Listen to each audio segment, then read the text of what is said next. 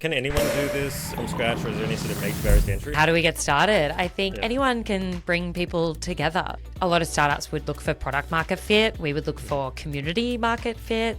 The biggest thing is actually looking for the signals that exist to start the community. So we look at 4 key elements in order for there to be demand to actually build a community. So the 4 key elements that we look for: 1, there has to be audience demand. So if no one wants to join this community, it's going to be a very lonely ghost town. It's just you hanging out, supporting you, which is cool, but that's not a community. So there has to be audience demand. And we say minimum 50 to 100 people have opted in personally to you and said, yes, I'm keen, tell me more. Minimum, because from that 50 to 100, you're going to get a lot of drop-offs. Then we look at business objectives. So if you're going to build a community for a company, you have to have clear objectives that this is going to drive value for the company itself. So Broadsheet is a great example. It is a media company in Australia.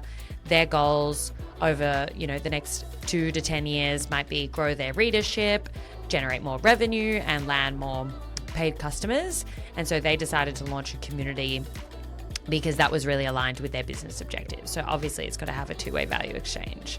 There has to be a clear element on resources. Building a community is time consuming. It doesn't happen overnight. We're dealing with humans, the most rogue customers and beings on the planet. So obviously there needs to be the right resources: money, time, energy, expertise.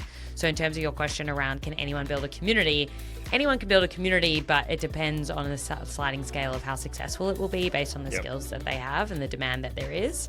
And then the last element is landscape mapping. So you've got to understand that, do 1,000 of these communities already exist? If there are heaps of other competitors, you'd be better off partnering and already supporting the existing communities and generating and pulling all your people there, as opposed to going out and building a new one and fighting for attention and just replicating something that already exists.